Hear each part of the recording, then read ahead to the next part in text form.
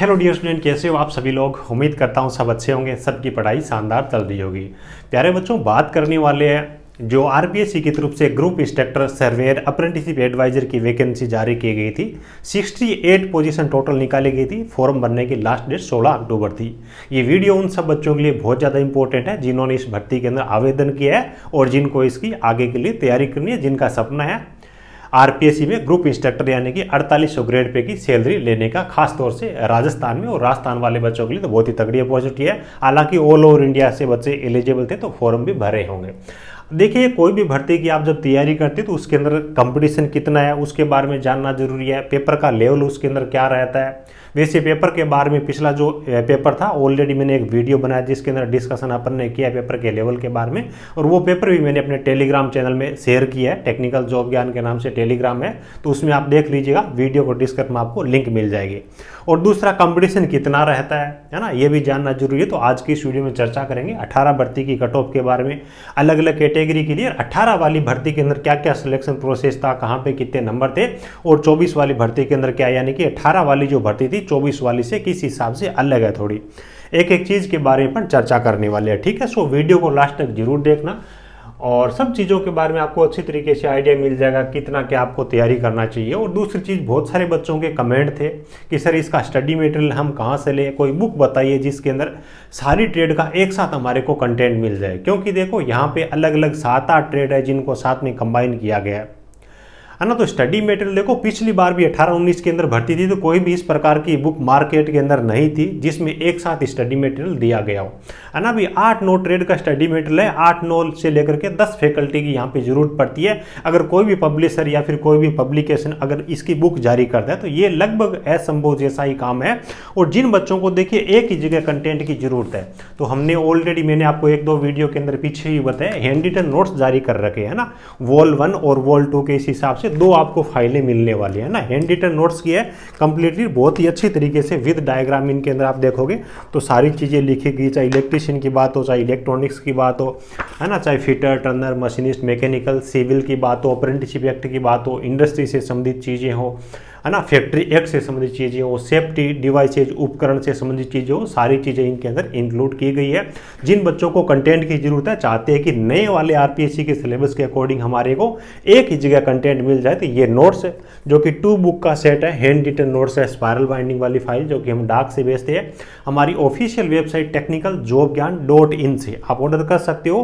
तो और दूसरा चीज़, हमारा मोबाइल एप्लीकेशन है टेक्निकल जॉब ज्ञान के नाम से, गूगल प्ले स्टोर पर भी आपको ईजिली मिल जाएगा, वहाँ से आप ऑर्डर कर सकते हो। वेबसाइट और ऐप दोनों के अंदर आपको हैंड रिटन नोट्स का एक सेक्शन मिलेगा, वहाँ से जाकर के आप ऑर्डर कर सकते हो।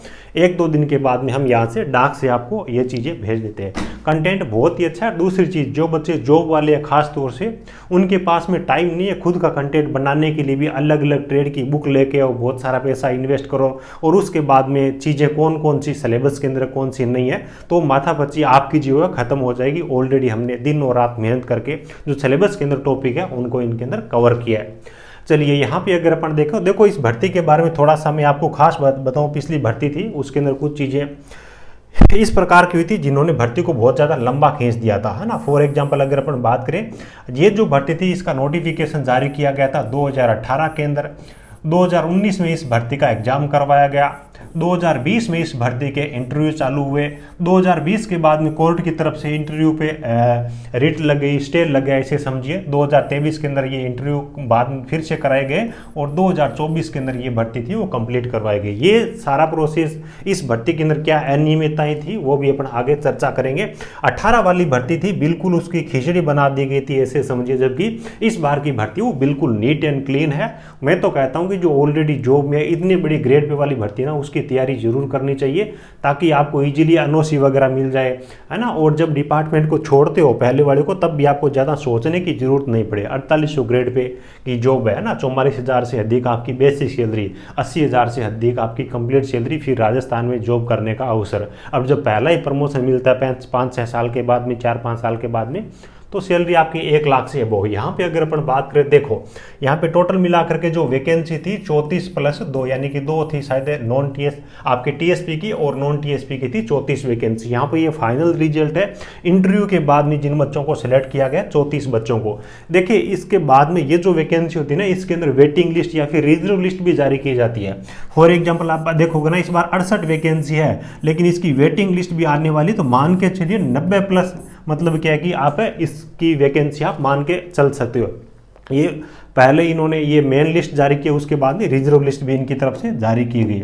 ठीक है, इतनी अच्छी वैकेंसी है तब भी लोग इनको ज्वाइन नहीं करते। 2 नॉन टी आपके टीएसपी वाले बच्चे उनको भी सिलेक्ट किया गया। अब देखो कट ऑफ मार्क्स के बारे में अगर अपन बात करें ना, डिटेल में चर्चा करने वाली चीज़ है। जनरल कैटेगरी की जो कट ऑफ थी ये 76% गई है। परसेंटेज कैसे है मैं आपको बताऊंगा।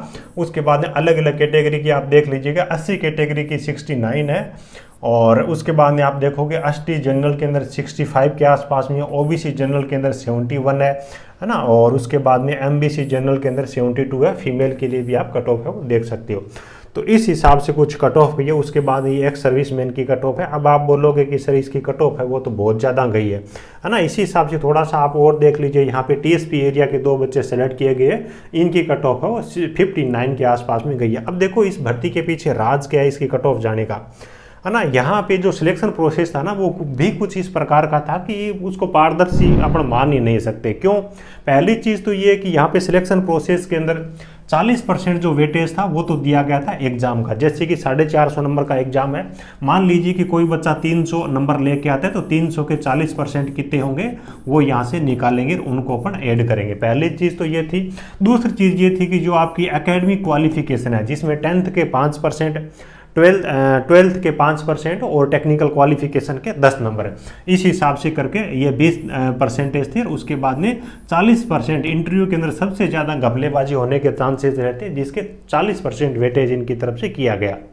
इसकी वजह से कट ऑफ हो गई। अब कोर्ट के अंदर जाने का मामला हुआ यूं कि यहाँ पे जैसे इन्होंने रिटन एग्जाम दिया, उसके बाद इन्होंने कोई कट ऑफ भी जारी नहीं की, कोई आंसर की भी जारी नहीं की, डायरेक्ट इन बच्चों की लिस्ट जारी कर दी जिनको इंटरव्यू के लिए बुला लिया गया। तो बाद में कुछ बच्चे कोर्ट में गए और कोर्ट ने ये माना कि इस प्रकार से आप नहीं कर सकते, पहले इनका रिजल्ट जारी करें, पब्लिश करें, सबको दिखाए, उसके बाद में आप इंटरव्यू आयोजित करवाएं। तो उसके बाद में 20 के बाद में 23 में इन्होंने इंटरव्यू कराए। तो ऑल ओवर ये जो भर्ती थी ना, बिल्कुल अपन मान सकते हैं कि सवालों के घेरे में थी, जिसकी वजह से कट ऑफ है कुछ इस हिसाब से गई है। एक्चुअल के अंदर जिस हिसाब से बच्चे एग्जाम के अंदर बैठे थे, 3000 के आसपास में बच्चे एग्जाम में बैठे थे, और पेपर का जो लेवल था उसके अकॉर्डिंग अगर अपन देखें ना, तो वो चीज़ें उस टाइम के अंदर मेरिट थी वो 60% से ऊपर जानी नहीं चाहिए थी। ये चीज़ है। इस बार इन्होंने चेंज क्या किया है भाई, देखो इंटरव्यू वगैरह अकेडमिक का सब कुछ हटा दिया गया। 150 मार्क के आपका पेपर होने वाला है, और 150 मार्क्स में से 150 ही पर्सन रहेंगे और 150 ही आपके नंबर रहेंगे। इसी 150 के आधार पे आपकी मेरिट बनने वाली है। ठीक है। अब पिछली बार के अकॉर्डिंग अगर आप देखो, है ना, जिससे कि आप देखो 60% का आप देखोगे लगभग 85 के आसपास में, है ना, 85 मान लो, 90 मान लो, यानी कि इसमें कंपटीशन होता है ना, वो बहुत ज़्यादा नहीं रहता। अगर आप 100 नंबर का भी टारगेट लेके चलते हो ना 150 नंबर में से, तो आप इस भर्ती के अंदर अंतिम रूप से चयनित हो सकते हो, क्योंकि फर्जीवाड़े की इस बार चांसेज है वो बहुत कम है। और यहाँ पे जो सिलेबस दिया गया है ना, अलग अलग ट्रेड का तो दिया गया है, लेकिन सब ट्रेड का बेसिक दिया गया है। तो 150 में से 100 नंबर बनाना भी कोई इम्पॉसिबल सा काम नहीं है। यहाँ पे कंपटीशन काफ़ी कम रहता है। पिछली बार भी फॉर्म कम भरे गए थे, लगभग 5000 के आसपास में फॉर्म थे, 3000 के आसपास में बच्चे एग्जाम में बैठे। हाँ, तैयारी आप अभी से स्टार्ट करिए। बहुत सारे बच्चे बोलते हैं कि सर एग्जाम इसका लेट होगा तो क्या करें, अभी करें, तैयारी नहीं करें, कब करें, ये सब चीज़ें आप भूल जाइए। आरपीएससी देखो बहुत सारे मतलब क्या कि भर्ती करवाती, एग्जाम लेने का उनका काम होता है। तो मान के चलिए आपको स्टार्टिंग में 3-4 महीने का टाइम है, ये तो आप श्योर है कि आपको पढ़ाई करने के लिए देंगे ही देंगे। उसके बाद में इनको खाली स्लॉट जब भी मिलता है ना, उसके बाद में ये आपका एग्जाम करवा सकते हैं। इस चीज़ का ध्यान रखना, डेट वगैरह कुछ भी हो कुछ भी नहीं हो, आपको पहले ही प्रिपेयर रहना है। 3-4 महीने का आपके पास में श्योर है कि टाइम मिलेगा। उसके बाद में कभी भी इनको खाली स्लॉट मिलता है तो एग्जाम करवा सकते हैं। इनका कैलेंडर एक मात्र टेंटेटिव होता है। इन सब चीज़ों का ध्यान रखना। उम्मीद है सारी चीज़ें आपको बहुत ही अच्छी तरीके से समझ में आ गई होगी। आप अपनी पढ़ाई स्टार्ट कर दीजिए। कई बच्चे वीडियो कोर्सेज के बारे में बोलते हैं, तो भरोसे मत रहिए, कहीं पर भी इनके कोर्सेज नहीं मिलेंगे। अब 10-10 फैकल्टी लेके आना किसी के लिए पॉसिबल नहीं है, किसी भी पब्लिशर के लिए पॉसिबल नहीं है कि भाई इतने सारे फैकल्टी लेकर के अपन बुक निकालें। या तो देखो आप अपना नोट्स वगैरह खुद को अपना तैयार करना पड़ेगा। उसमें दिक्कत ये आती है कि आपकी ब्रांच के अलावा अदर ट्रेड के अंदर आपको टॉपिक नहीं मिलेंगे। जैसे कि इलेक्ट्रिकल वाला बच्चा है, फिटर के अंदर उसको टॉपिक नहीं मिलेंगे, कौन सा टॉपिक कहाँ पर, ये दिक्कत आती है। तो जिनको स्टडी मटेरियल की बने बनाए स्टडी मटेरियल की जरूरत है, जो बहुत ज़्यादा बिजी रहते हैं, है ना, तो हमारा स्टडी मटेरियल है, ये भी आप ऑर्डर कर सकते हो। वीडियो को डिस्क्रिप्शन में सारी लिंक मिल जाएगी।